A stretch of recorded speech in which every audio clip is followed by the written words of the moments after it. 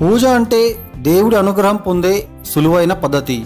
అయితే పూజ విషయంలో ఎవరైనా కుటుంబ పద్ధతుల ప్రకారం చేస్తారు.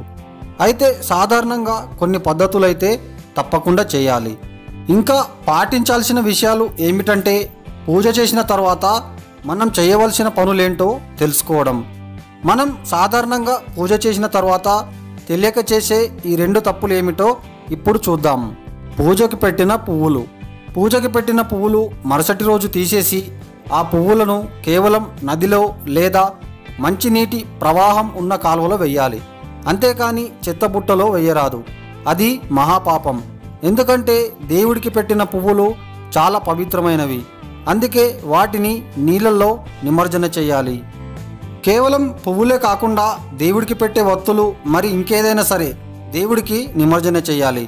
అయితే రోజు నదికి వెళ్ళి నిమజ్జన చేయలేం కాబట్టి ఆ పువ్వులను ప్లాస్టిక్ కవర్లో లేదా ఎక్కడైనా పవిత్రంగా భద్రపరిచి శుక్రవారం మంగళవారం కాకుండా మిగతా రోజుల్లో వారానికి ఒకసారి లేదా నెలకి ఒకసారి మీ వీలును బట్టి ఇలా చేసుకోవాలి.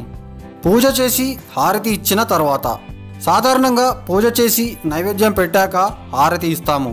అయితే హారతి ఇచ్చిన తర్వాత ఇంట్లో దేవుని పూజ దగ్గర ఒక 2 నిమిషాలు స్వామివారికి తినే సమయంగా భావించి దేవుడి గదిలో నుండి పక్కకి వచ్చి తర్వాత ఆ ప్రసాదం మనం తీసుకోవాలి.